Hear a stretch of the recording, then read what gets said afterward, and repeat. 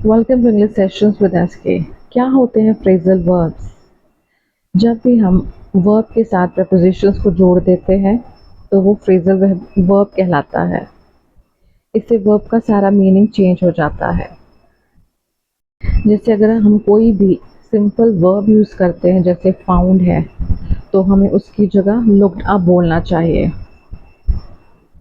और इसी तरह से अगर हम सिंपली रिप्लाई रूडली का प्रयोग करते हैं तो हमें टॉक बैक का यूज़ करना चाहिए। क्यों? क्योंकि इससे हमारी जो लैंग्वेज है वो फ्लुएंट और नेक्स्ट लेवल हो जाएगी।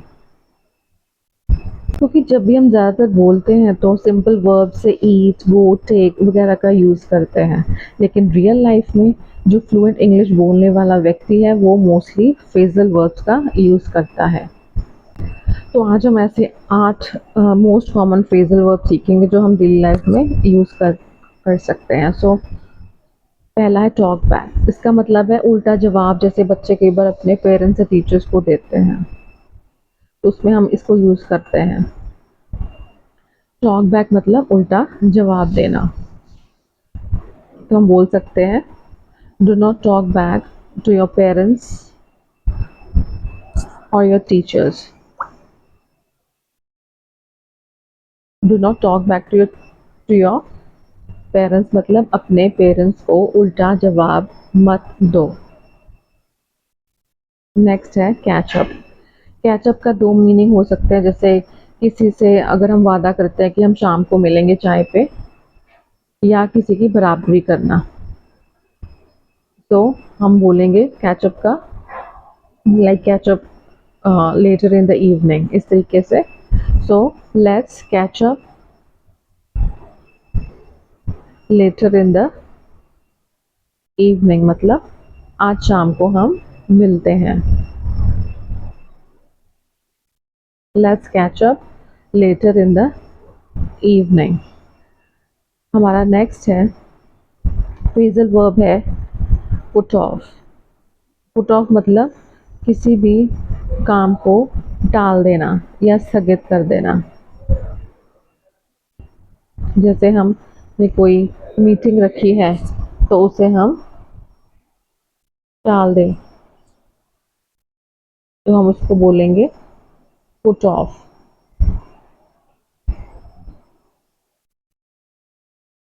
The meeting was put off until next week, यानी अगले हफ्ते तक जो मीटिंग है वो स्थगित या टाल दी गई है। पुट ऑफ मतलब टाल देना। अब नेक्स्ट देखते हैं। नेक्स्ट फ्रेजल वर्ब है टेक अप। मतलब अगर हम अपनी हॉबी या कोई पेंटिंग वगैरह शुरू करते हैं तो हम उसको बोलेंगे टेक अप। हमारा फ्री टाइम है हमारे पास, तो हम कोई चीज़ को, किसी हॉबी को, शौक को शुरू कर लेते हैं, तो हम बोलेंगे she has taken up painting in a free time. Free time मतलब हमारा कोई फालतू, हमारे पास फ्री टाइम बच जाता है तो हम उसमें कोई हॉबी वगैरह टेकअप कर लेते हैं। नेक्स्ट है हमारा फ्रेजल वर्ब गेट अवे। मतलब जैसे हम छुट्टियों पर जाते हैं तो हम उसको बोलेंगे गेट अवे। सिंपली एक सिंपल बोलने की जगह कि I am going on a holiday, तो हम बोल सकते हैं get away. I usually get away to Goa.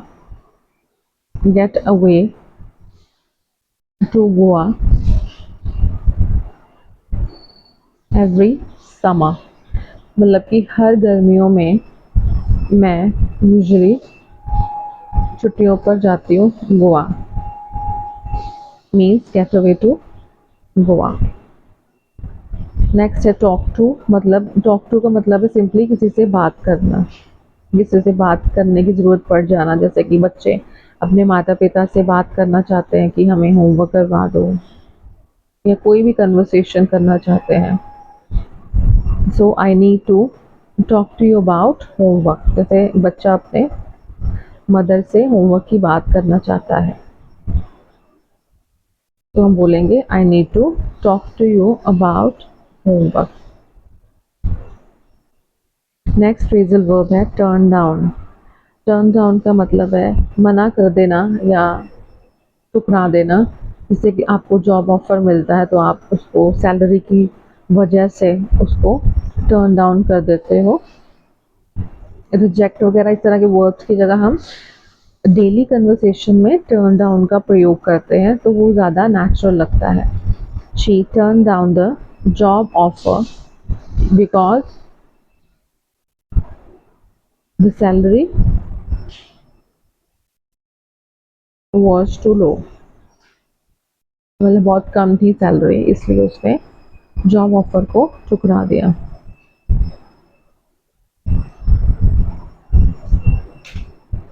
Then next है लुकअप। लुकअप का मतलब है ढूंढना या खोज करना।